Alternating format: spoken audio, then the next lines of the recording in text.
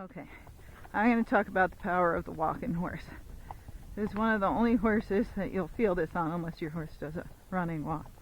Because when you're going up hills, you got their head down and the horse is engaged. What you feel is this power from the back as it pushes you up the hill. And it really does feel kind of like an escalator, or you're, we're standing on a conveyor belt and somebody's pushing you. So you can actually feel them dig their back feet into the ground when they're doing it right. Right now he's shortening his stride, but when he's not antsy, he's a little antsy. There you'll feel more power. You just feel it pushing you and driving you up the hill. And it's an awesome sensation. It's kind of like when you get in a BMW, right? And you hit the gas and you're like, whoa, cool. So it's the same thing.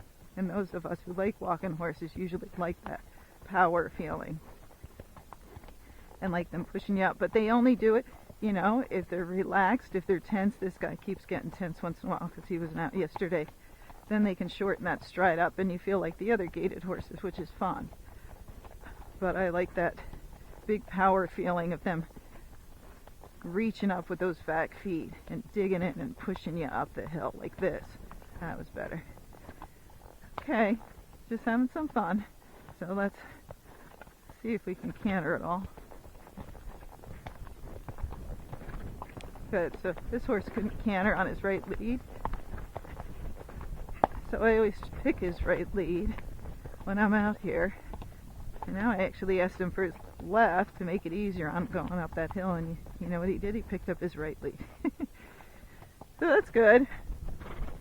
That's us. Yeah. Because he's trying to do the right thing, so I'm not going to punish him for it. Good. He's a little calmer. I'm going to get his head down. But then you'll see.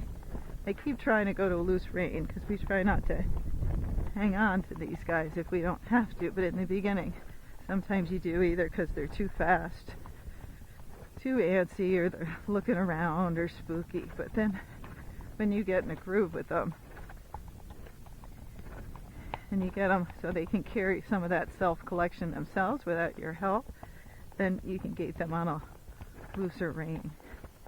But we don't want to sacrifice gait just because you want them on a loose rein. You want them to do it right and then work for that loose rein. Because a lot of you don't want to do any contact. You feel mean about it, and then the horse is changing its gaits all over the place, and that's not good because you sell that horse, nobody wants it because its gaits are all over the place. So, work on keeping them in that steady rhythm, keeping that same speed, and then getting them to do it on a looser rein.